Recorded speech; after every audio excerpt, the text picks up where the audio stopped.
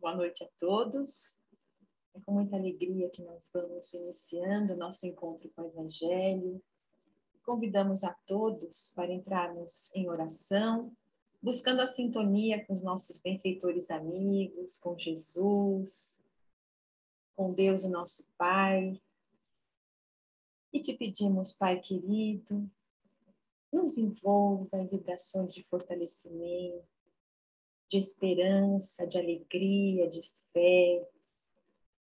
Que nessa noite possamos estar unidos a Jesus, a todos os benfeitores queridos, para que possamos recordar os ensinamentos do Mestre, que possamos compreender essas lições tão valiosas do Evangelho, nos fortalecer e tendo sempre a certeza de que Jesus está conosco, conduzindo o nosso caminho, nos auxiliando, nos dando tudo o que nós precisamos para vencermos.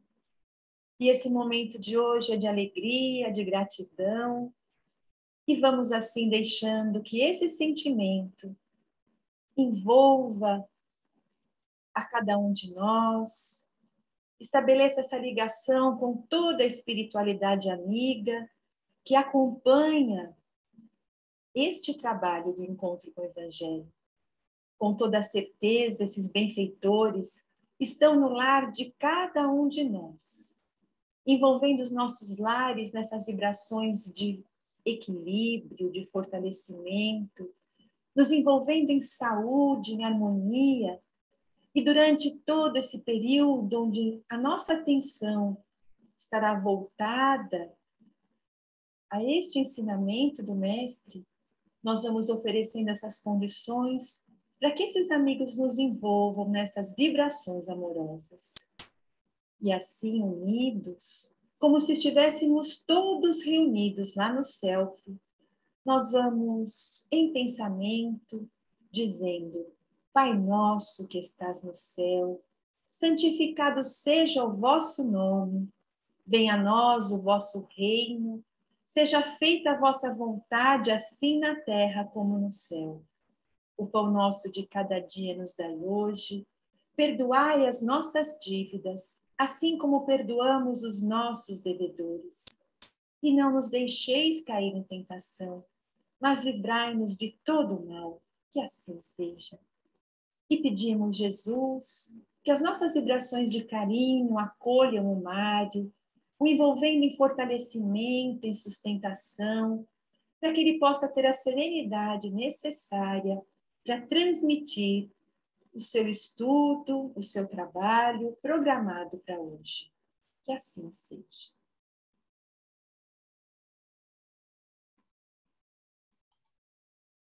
Boa noite. Entrou gente nesse meio tempo, hein? Vamos ao nosso encontro dessa semana. Uma sequência mais ou menos assim. Nossas vidas, nós temos encontros, desencontros e reencontros. Então, nós encontramos pessoas que aparentemente é a primeira vez que conhecemos, e de fato é na vida atual, mas não quer dizer que não tenhamos outros laços de outras vidas. E com base nisso, Kardec deixou na pedra onde está sepultado, onde foi sepultado o corpo, porque o espírito não está lá, ele deixou assim: nascer, morrer, nascer de novo, tantas vezes quantas necessário. O que quer dizer isso? O tantas vezes quanto necessário está relacionado à evolução de cada um. Então nós vamos nascer, o corpo físico, nascer, morrer, nascer de novo. Mas o espírito, a alma, desde que Deus criou, nunca morrerá. Jesus foi a primeira grande prova que a humanidade teve.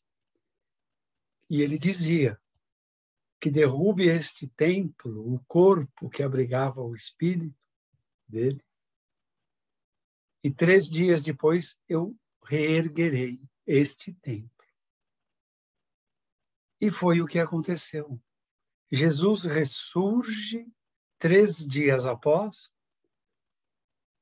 e se mostra aos seus discípulos, à sua mãe, aquela que foi sua mãe na terra, Maria, que é mãe de todos nós, não biologicamente, mãe espiritual.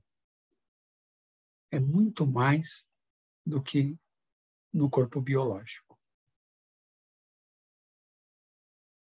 Então, fica claro para nós que, como nascemos, o corpo nasce, o corpo morre, o corpo renasce, nós vamos mantendo relacionamentos com diversas pessoas.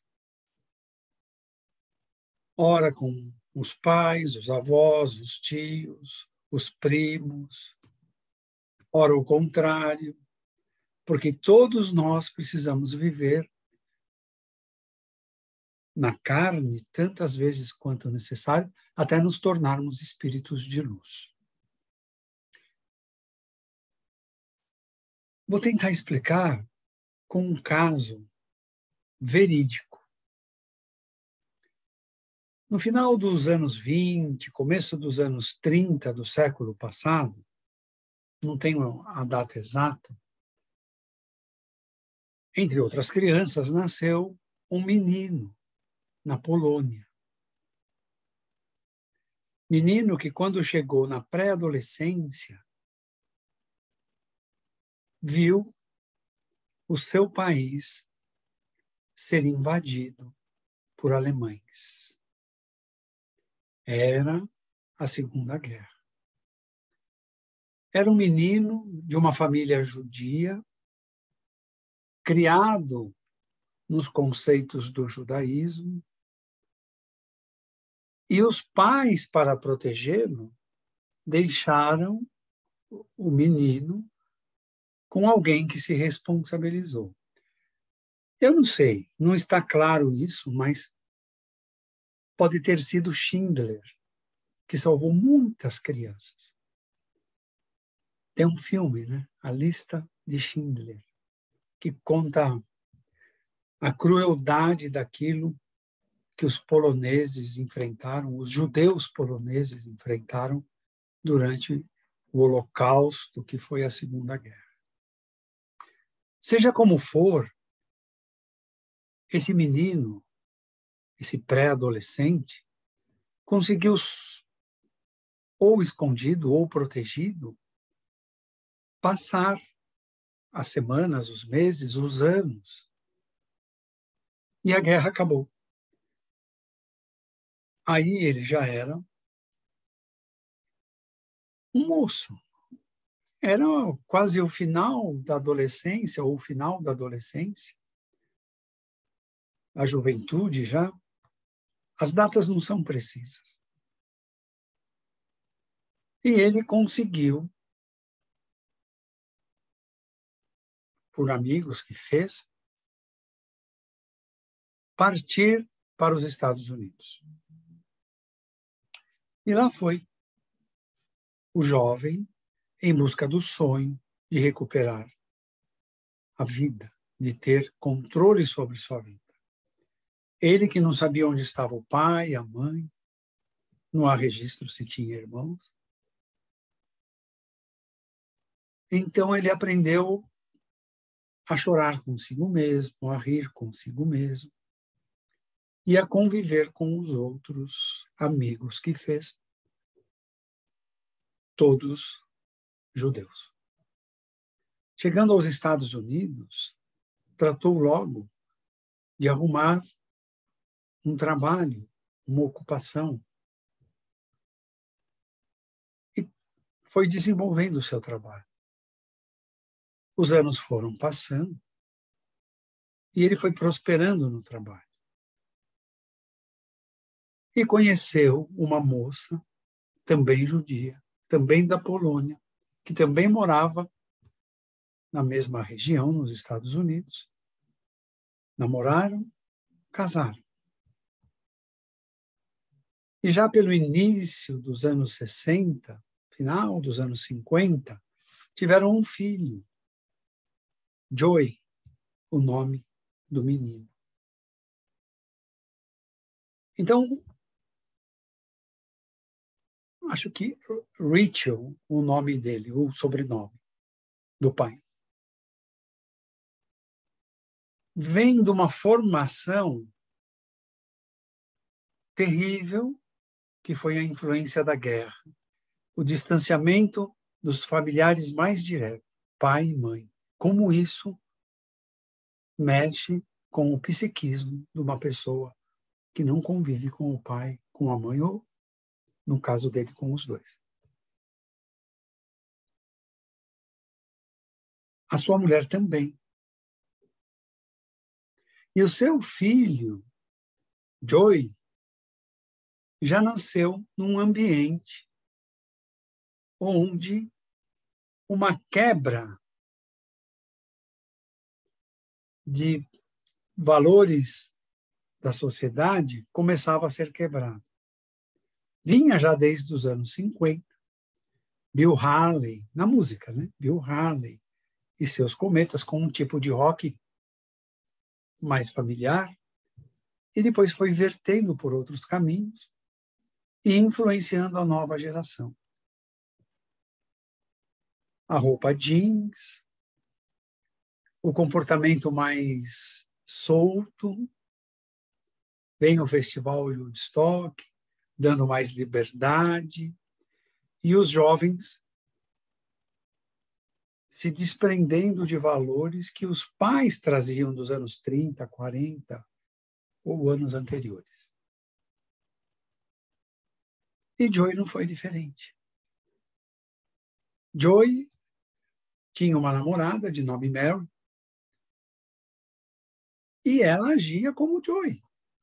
Aliás, os jovens da mesma idade, cada vez mais, se dirigiam para esse lado de liberdade, de descolar dos padrões que os pais, os avós traziam de eras passadas. Isso causou um conflito muito grande de gerações. A geração que vinha lá dos anos 30, 20, mais rígida, educada sob muita rigidez, de repente tornaram-se adultos, pais, e os filhos mostrando algo que eles jamais poderiam imaginar. Sair, passar 3, 4, 5, uma semana fora de casa. Estar em lugar nem sempre dito. E não havia como acompanhar. Não existia telefone celular. Nem nos Estados Unidos. Então começa esse conflito de gerações também com o senhor Rachel, já um senhor, pai de um jovem querendo o seu espaço. Rachel queria Joy seguindo o judaísmo como ele seguiu. Mas Joy fazia o mínimo necessário e não dava muita bola também para a religião que vinha do pai, dos avós, bisavós, e aí vamos voltar até Moisés, pelo menos, para explicar. Isso criava um distanciamento entre pais e filho. Mary, sua namorada, e os pais dela viviam a mesma situação. E muitas famílias viviam a mesma situação. E essa liberdade levou muitos jovens a drogas, a promiscuidade nas relações, a bebida, a ociosidade. O Sr. Ritchell já havia prosperado bastante com o seu trabalho. Era uma família de classe alta, uma família que nada faltava, ao contrário, sobrava. Havia muitas sobras. Um dia, quando Joy devia ter perto dos 20 anos, disse ao pai: eu vou para a Índia. O pai se sentiu um fracassado. Como? Eu, como pai, não consigo colocar o meu filho nas linhas do judaísmo. Como ouço o meu filho falar que quer ir para a Índia? Porque houve, pelos meios artísticos, uma grande influência, através das músicas, de que a Índia era o paraíso. Que a Índia era viver uma vida sem a correria, sem a prisão do trabalho, sem as regras rígidas de uma sociedade ocidental.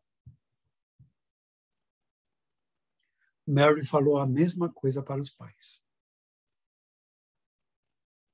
Como eles tinham conforto financeiro, e os pais não negariam, foram para a Índia. Os dois. Foram para Calcutá. Madre Teresa ainda não estava lá. Madre Teresa escolheu Calcutá, ou foi uma missionária direto para Calcutá. E quando os dois chegaram em Calcutá, não era uma região com árvores frondosas, flores espalhadas, e de um magnetismo que era o que eles mais queriam do hinduísmo. Depararam-se com pobres amontoados uns sobre os outros, sem teto, sem ter o que comer. As ruas, grande parte delas, com esgoto a céu aberto. E o jovem casal se frustrou. O jovem casal não viu na Índia o que esperava ver. Mas a Índia também oferecia o que eles queriam. E foram ao encontro. E foram ficando, foram ficando. Os meses passaram, anos passaram. Até um dia que Joy caminhava e ouviu o seu nome. Alguém pronunciou o seu nome. Ele ficou procurando. E a pessoa chegou mais perto. Era um amigo do colégio, da época de colégio. E o amigo disse: Joy, que prazer ver você. Então, se abraçaram, começaram a conversar. E o amigo disse: poxa, que pena, o teu pai faleceu tão jovem. Joy tomou um tranco. Não tinha se dado conta de quantos anos já estavam na Índia. Mostrou surpresa e o amigo: poxa, 5 anos e você ainda não se acostumou com a morte do seu pai?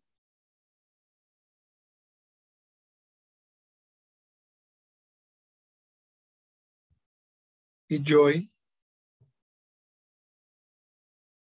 ficou estático. O amigo pediu desculpas, porque não sabia que isso provocaria em Joy. Joy abraçou o amigo, se despediu e foi para casa. Ele nem lembrava para onde ia. Perdeu o rumo. As pernas ficaram fracas, bambas. A cabeça girava. Isso estudamos na escola mediúnica, no Espiritismo. É um desarranjo nos centros de força, uma desarmonia provocada por um pensamento de culpa que brotou de imediato na mente de Joy. E Joy, meio cambaleando, meio perdido, sem saber direito, passos trôpegos, foi para casa. Em casa encontrou Mary e disse a Mary: eu matei meu pai. Mary: imagina, nem sabia que teu pai tinha desencarnado. Joy disse: encontrei meu amigo do colégio, que ela também conhecia, porque estudaram na mesma escola. Ele me disse que meu pai mergulhou numa tristeza profunda, e nós sabemos que isso tem nome nos dias de hoje, depressão. Meu pai mergulhou numa depressão tão grande que não tinha mais prazer em se alimentar, não tinha mais vontade de conversar, não desejava mais sair de dentro do lar. Os seus dias parece que ficaram todos sem sol, nublado, cinza.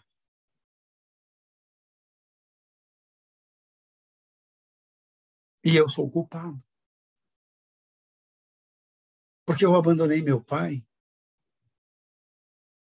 e nunca mais falei com meu pai, nem com minha mãe. Eu sou culpado.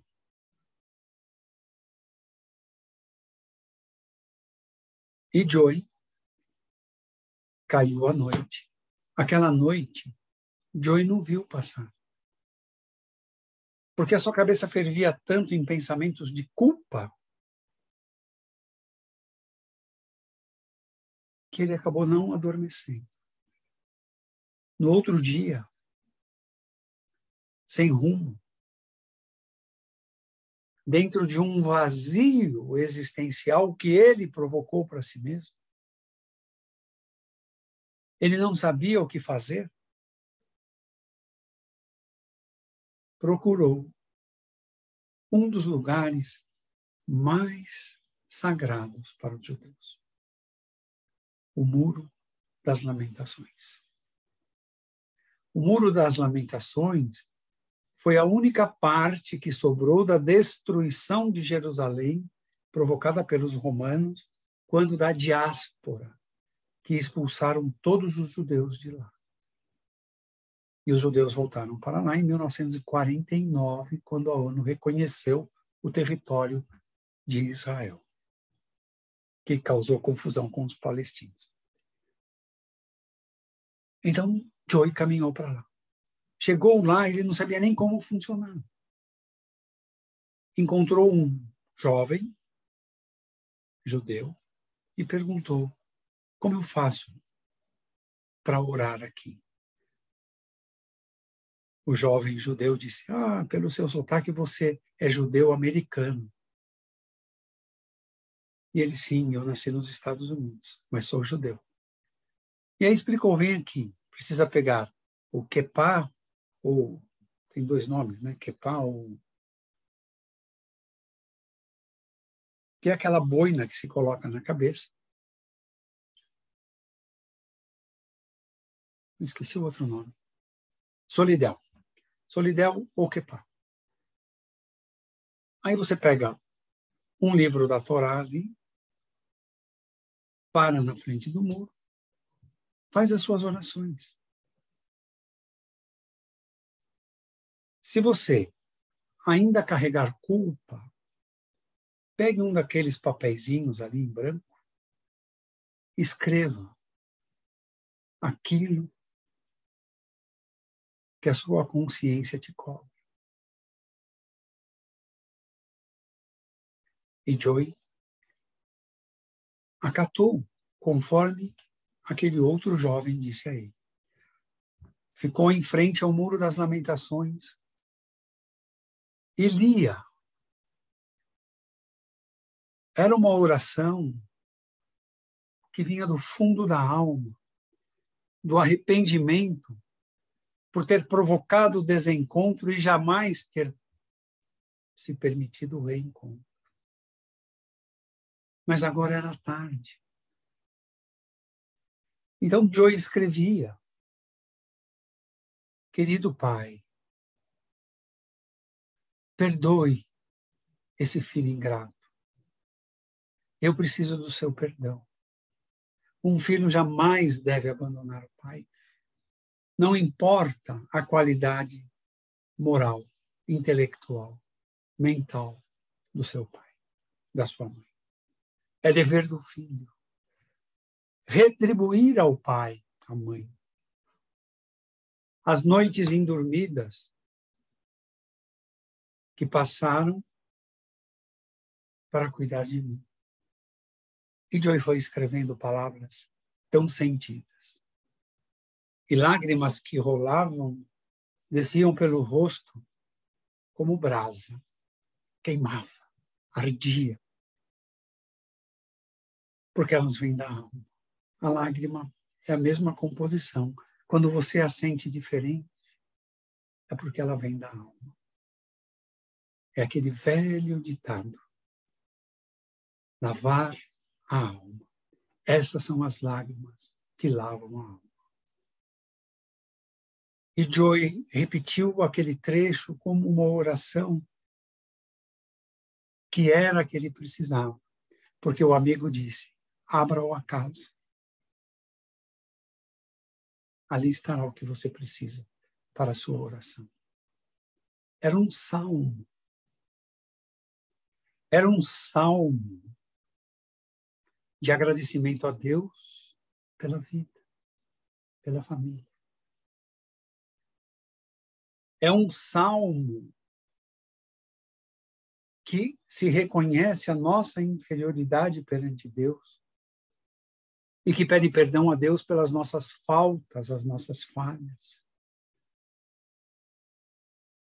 E a cada vez que Joy repetia esses trechos, as lágrimas vertiam como jamais visto.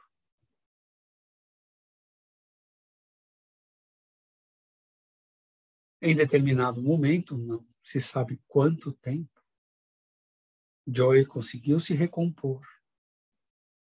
Pegou o papelzinho, enrolou, mas bem fininho. E nas frestas do muro você coloca. E ele ficou procurando uma fresta que desse para colocar, porque ali é cheio de papeizinhos. Andou. Num trecho, ele falou: cabe aqui. Quando ele começou a colocar, o papel que estava embaixo caiu. Ele colocou o dele e sentiu uma imensa vontade de abrir aquele papel dele. Nós sabemos, no Espiritismo, que essas vontades são os nossos protetores procurando uma forma de nos guiar. O papel já estava meio amarelado. Já tinha alguns anos, estava ali. Talvez muitos anos. E ele abriu.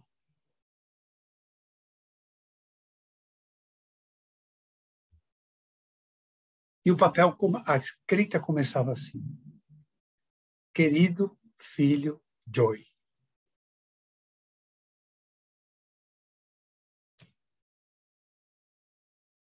Eu te peço perdão por não ter te educado no judaísmo. A falha é minha. A angústia me consome, porque eu não consigo te localizar. Não sei onde você está. Com quem se precisa de alguma coisa. Joy, tenho orado muito por você. E sei que só teremos o reencontro quando o Criador decidir que for a hora. Não sei se você vai ler isso um dia, mas me perdoe. Perdoe as falhas do teu pai.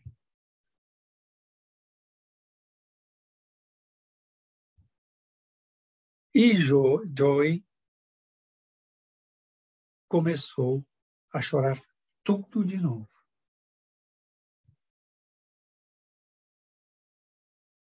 Se recompôs, foi para casa, no caminho, meditando. Estavam na Índia, foram para Jerusalém, ele e Mary.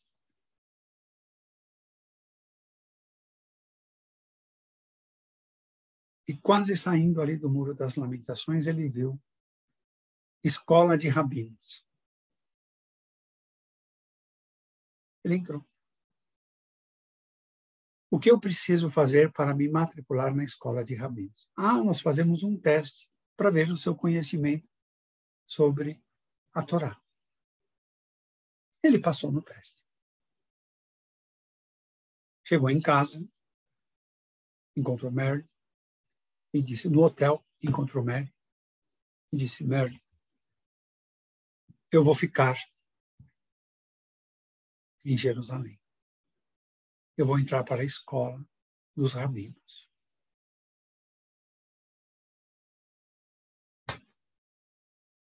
E Mary, por que isso? Porque eu fui ao Muro das Lamentações, abri a Torá, recitei muitas vezes o Salmo que foi me aliviando. Escrevi num papel o meu desabafo sobre eu ter abandonado meu pai e minha mãe. Quando eu fui colocar no muro, caiu um papel e era do meu pai. Eu preciso estudar na escola de rabinos. Mary disse, então eu vou me embora. O casal se separou ali. Joy voltou para a escola de rabinos e lá ficou. Foi aluno exemplar, porque a motivação que o fez estudar era a lembrança do pai.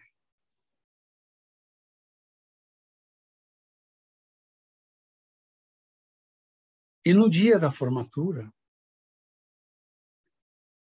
o rabino maior, não sei o nome do título,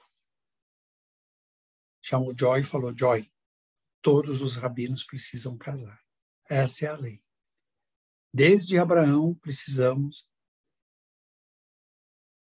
tornar o mundo com muitos filhos como as estrelas do céu, como a areia do mar. Então você precisa casar.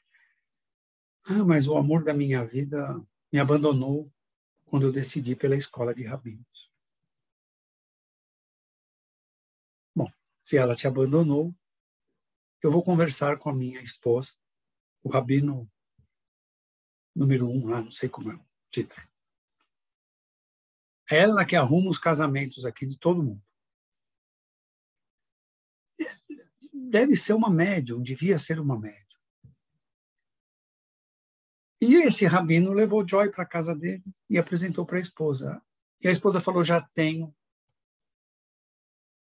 a moça que será sua esposa. E Joy pensando em Mary. Mas ele havia se entregado ao rabinato. Ele não era mais dono da vida dele. Ele tinha que cumprir os preceitos de um rabino.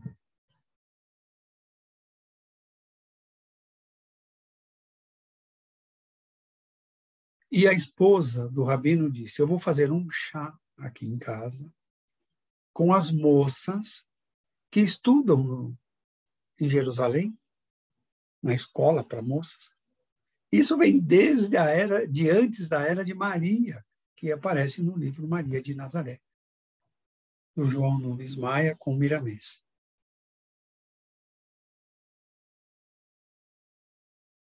E a senhora levou, então, 5, 6 moças para sua casa, num chá,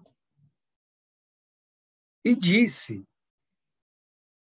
para ele escolher aquela que ele tivesse afinidade. Mas ela faria indicação de uma. A sala que eles estavam, as moças ficavam de costas. E a esposa do rabino disse, a que eu gostaria que você se casasse é aquela. E descreveu a roupa, né? O vestido, a cor.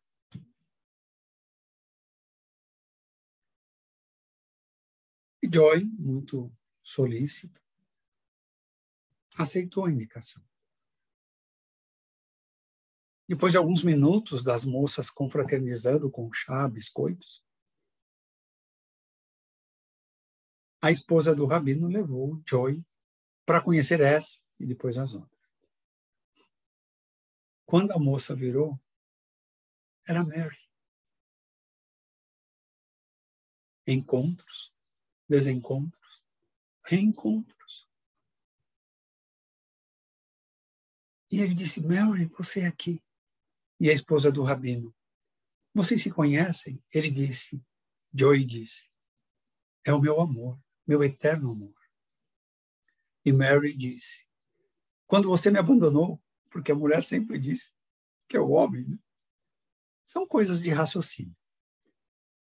Quando você me abandonou para ficar na escola de rabinos, o que não está errado, eu não sabia o que fazer. E essa senhora me viu, perguntou se eu era judia e me trouxe para estudar nessa escola para as moças.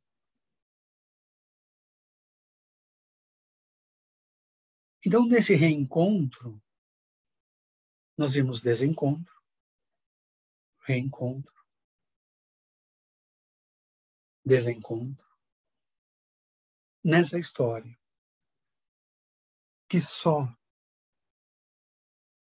acontece por descuidos. Jesus, quando ensina a vigiar e a orar, o vigiar é a meditação. Nós não temos que estar respondendo as coisas de bate-pronto. Podemos nos arrepender depois que a palavra já saiu da nossa boca. E ele exemplifica isso quando ele está agachado na areia da praia.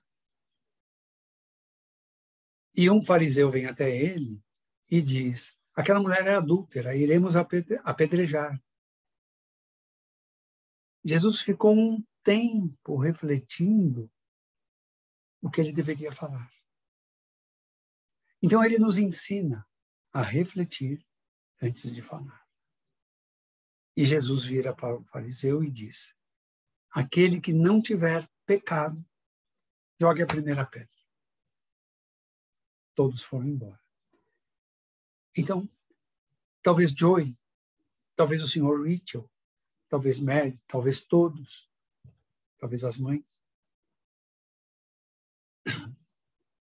deveriam parar, refletir e conversar. O que mais vemos hoje nos lares, em geral, é o tempo para conversar. É o tempo para ouvir aquela pessoa com quem temos laços de família. Seja marido, seja esposa, seja filhos, seja filhas, sejam irmãos, avós, não importa. É o tempo de ouvir, refletir, antes de falar. Muitas pessoas estão dando respostas automáticas, não medem consequência e desestabilizam outras, sem perceber, sem se dar conta. Às vezes uma palavra tola que falamos para uma pessoa que não está em harmonia, em serenidade, em paz, ela pode soar como uma ofensa das mais pesadas. E as pessoas falam. Irmão para irmão, irmã para irmã, para irmão, para pais, filhos, avós, netos. Precisamos dar um tempo para nós respirar profundamente. A respiração profunda não tem nada de esotérico. A respiração profunda é para oxigenar o cérebro. Cérebro oxigenado, melhor pensamento, melhor decisão, melhor palavra vai sair da nossa boca, melhor gesto teremos. Pensamos estar ajudando e às vezes estamos complicando. Pessoas hoje sentem-se isoladas dentro dos laços do lar ou da grande família. Por quê? Porque ninguém tem tempo para conversar. Ninguém tem tempo para ouvir. Ninguém tem tempo. Ninguém encontra alguém para poder falar. E isso levou à história de Rachel, uma criança, um adolescente que enfrentou o drama da Segunda Guerra, que achava que o filho seguiria a sua linha. Ninguém segue a linha de ninguém. Mas os princípios podem ser conversados sempre, para que a semente fique. E Joy sentiu despertar no papelzinho que o pai escreveu no Muro das Lamentações. Então, abramos os nossos corações, abramos mais ainda os nossos ouvidos, aconcheguemos as pessoas das nossas famílias. Se elas não puderem contar conosco, com quem contarão? Vamos esperar que esse encontro nesta vida, ou reencontro, tenha um desencontro e nunca mais estaremos juntos, conversando, brincando, tomando um suco, comendo um bolo? Vamos refletir, cada um, e que possamos despertar nas nossas famílias, nos nossos lares, de um processo mais interativo, de um processo mais harmônico de conversas, de ouvir e de falar, de pedir ajuda e de ajudar. Lar é o lugar mais sagrado que podemos ter na Terra, onde somos verdadeiros e onde as pessoas são verdadeiras. Se não nos apoiarmos, a encarnação vai apresentar um grande buraco sem solução. Que Jesus abençoe a todos nós e que possamos ter dias maravilhosos, em paz, em harmonia, convivendo harmonicamente com os nossos entes queridos. Boa noite.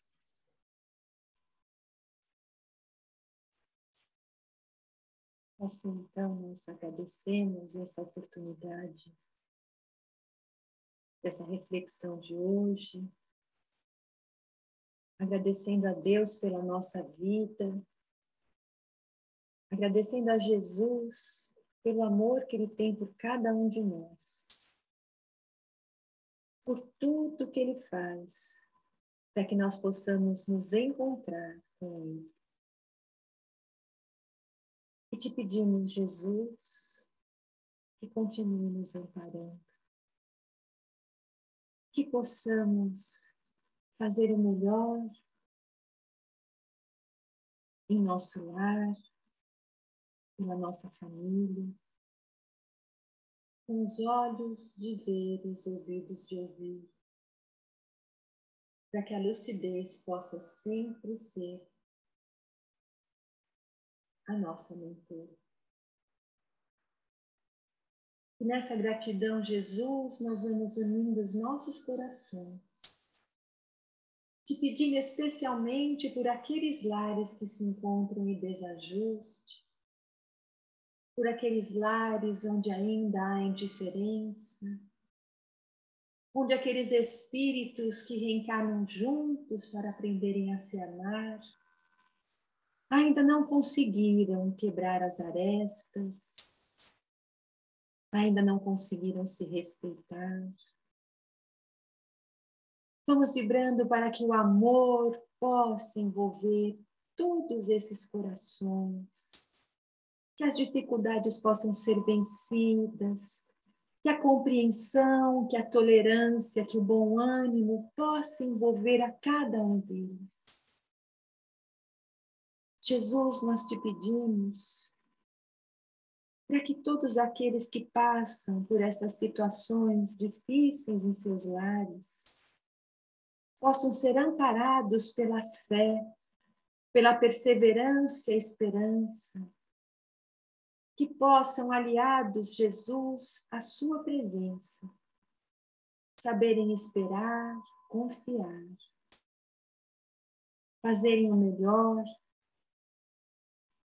sabendo que cada um de nós é responsável pelas nossas atitudes e não pela do próximo, mas que nós podemos sim orarmos para que o outro possa ter esse momento de despertar e de lucidez.